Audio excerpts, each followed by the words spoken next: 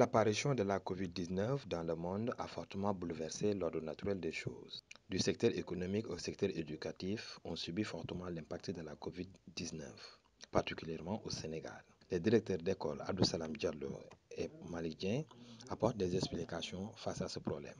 Le coronavirus, COVID-19, comme vous l'avez dit, ça a porté préjudice au système éducatif sénégalais, pas seulement sénégalais d'ailleurs, je crois que c'est la même chose partout dans le monde.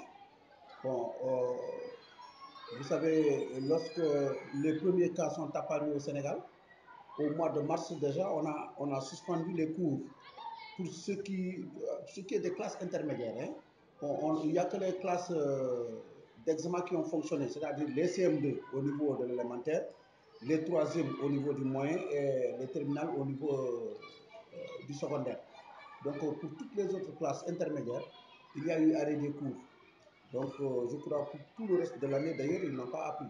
Au début, ça avait impacté négativement sur le canton horaire, ce qui nous a valu d'ouvrir l'année suivante un peu tôt les écoles, c'est-à-dire au mois de septembre.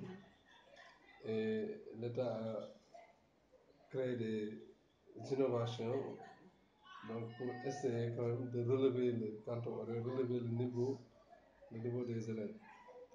Donc on a mis des systèmes de remédiation donc pour essayer de rattraper le programme donc, qui n'était pas achevé l'année de la Covid, donc avec des cours de renforcement, donc des révisions avant d'entamer l'année scolaire proprement dite. Ça a affecté parce que quelqu'un qui devait apprendre par exemple 9 mois, s'il n'a appris que 4 mois ou 5 mois, forcément il y a un problème. Forcément il y a un problème. Même si on a un peu prolongé l'année scolaire, mais cela n'a concerné que les candidats. Des fascicules qui ont été envoyés, des exercices qui ont été envoyés au niveau des élèves pour qu'ils ne désapprennent pas.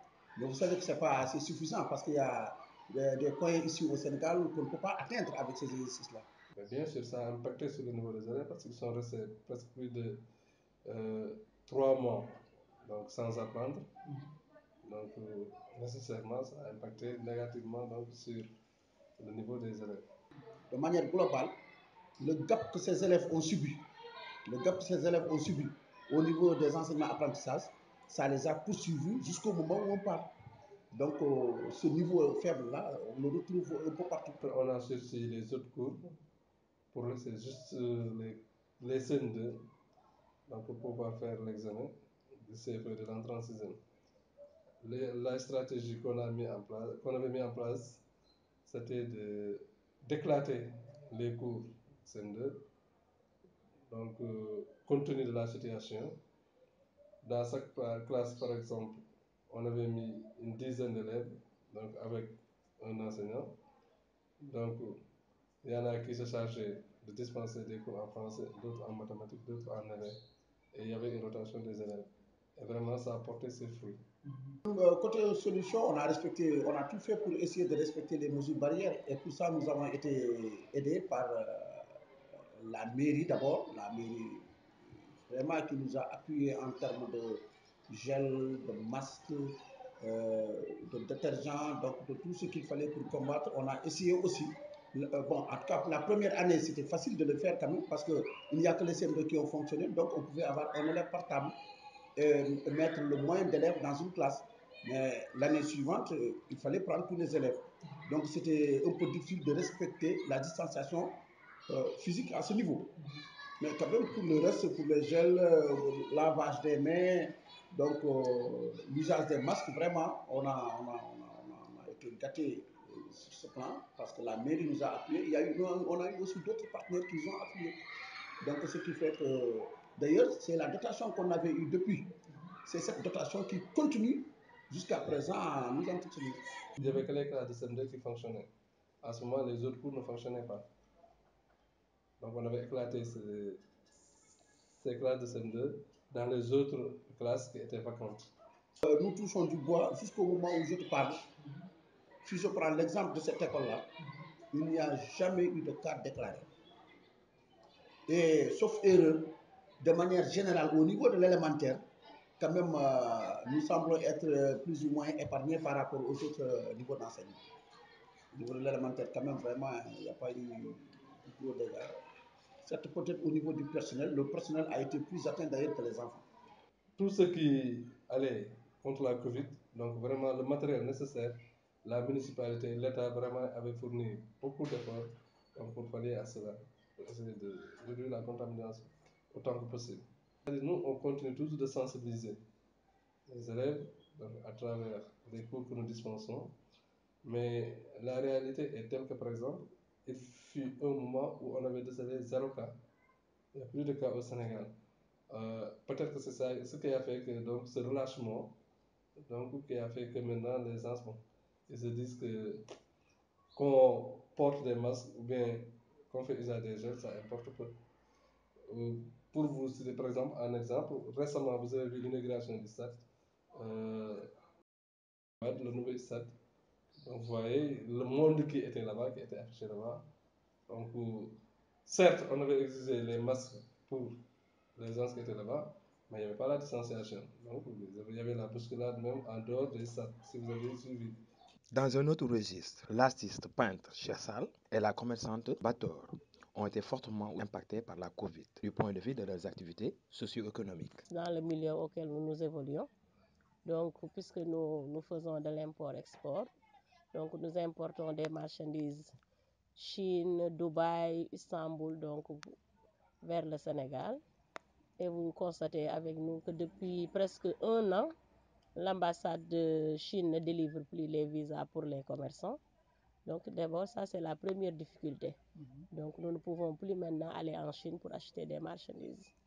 Nous sommes obligés de travailler avec les quelques Chinois avec qui on travaillait. Donc ils nous envoient la marchandise.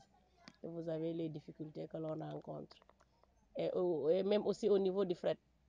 Parce que le fret, c'était moins cher. Mais maintenant, depuis la Covid, presque on paye le triple de ce qu'on payait.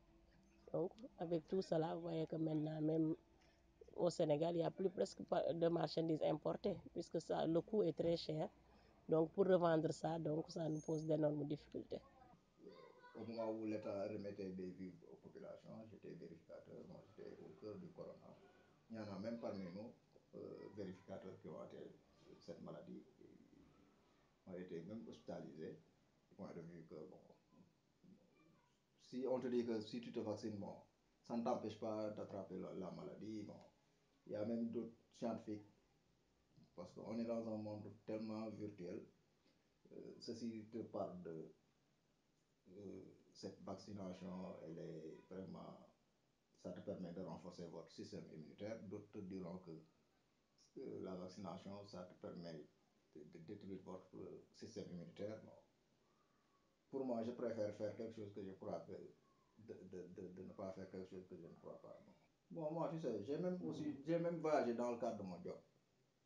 J'ai été même impacté, je peux même dire, parce que je voulais même vraiment retourner faire mon job parce que j'ai été en Italie dans le cadre de mon travail. J'étais parti faire une collecte de fonds pour une école pour les enfants démunis. Donc, à cause de cette maladie, même ici, je devais faire une exposition, j'avais écrit des correspondances un peu partout. Bon, mais à cause de cette maladie, je ne pouvais pas le faire parce qu'on nous empêchait de nous rassembler. Tout rassemblement était interdit. Bon, ça m'a permis de ne pas. Ça a vraiment chamboulé tout ce que je devais faire. Bon, ça m'a impacté, ça a impacté mon travail. Bon. Je l'ai dit tantôt. Donc, pour la contamination, vous savez, peut-être ces temps-ci, peut-être c'est moins compliqué. Mais avant, c'était plus compliqué puisque les gens avaient tellement peur que même pour venir au marché ou faire des achats, ça leur posait problème. Donc, et la contamination était très élevée. Et comme vous l'avez constaté avec nous, qu'il y avait vraiment plusieurs morts. Donc, les gens avaient tellement peur que c'est ce qui a un peu freiné même notre commerce. Vraiment, le marché n'était même pas fréquenté. Et nous, on avait des horaires d'ouverture et de fermeture. Et les gens, vraiment, le marché n'était pas vraiment du tout fréquenté par les clients. Donc, vraiment, la recette était très en deçà même. Des fois, même tu avais des problèmes pour écouler la marchandise. Donc, vraiment, c'était très compliqué pour nous. je devais même voyager, mais j'ai préféré rester et voir après la suite, bon, qu'est-ce qui va se passer. Il y a des gens qui se sont vaccinés, que je connais, qui étaient malades. Il y a des gens qui sont vaccinés, qui étaient malades même, décédés. Mais j'ai préféré de ne pas le faire. C'est mes croyances. C'est juste ça. C'est compliqué vraiment pour nous, puisqu'on ne peut plus avoir de la marchandise. C'est notre véritable problème. Donc, et le coût encore est très cher. Donc, peut-être si l'État pouvait faire, je ne sais pas comment on peut l'appeler, des subventions ou pour au moins amoindrir le coût du fret. Depuis moi 2 ans, je ne suis pas sortie du Sénégal, puisque moi, le pays le plus où j'emportais la marchandise, c'était la Chine. Donc, ça fait 2 ans que je n'ai pas voyagé, moi, personnellement. Oui, depuis quelque temps, vraiment, à notre niveau, vraiment, il n'y a plus de difficultés. Au Sénégal, peut-être. Mais dans les autres pays, c'est toujours compliqué. Dans les autres pays, c'est compliqué. Peut-être au Sénégal, ça va un peu. Je devais même monter une exposition. J'avais une lettre d'appui institutionnel de la mairie-ville. J'avais écrit au ministère, aux ambassades, à la presse. J'ai écrit un peu partout des correspondances. Il y en a même qui m'ont répondu favorablement qu'ils voulaient venir assister à mon expo, mais à cause de cette maladie, je ne pouvais pas le faire. Déjà, ça, c'est autre chose. Je me suis renfermé dans mon atelier pendant combien de temps pour faire une collection, vous savez, une collection artistique. Je ne sais pas si c'est la musique, mais si c'est l'art plastique, c'est plus compliqué parce que tu es seul. Mais je ne pouvais pas le montrer, je ne pouvais pas faire une exposition. Je suis père de famille aussi.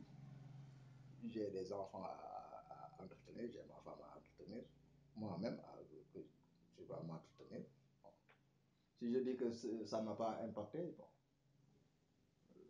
c'est pas possible de le dire.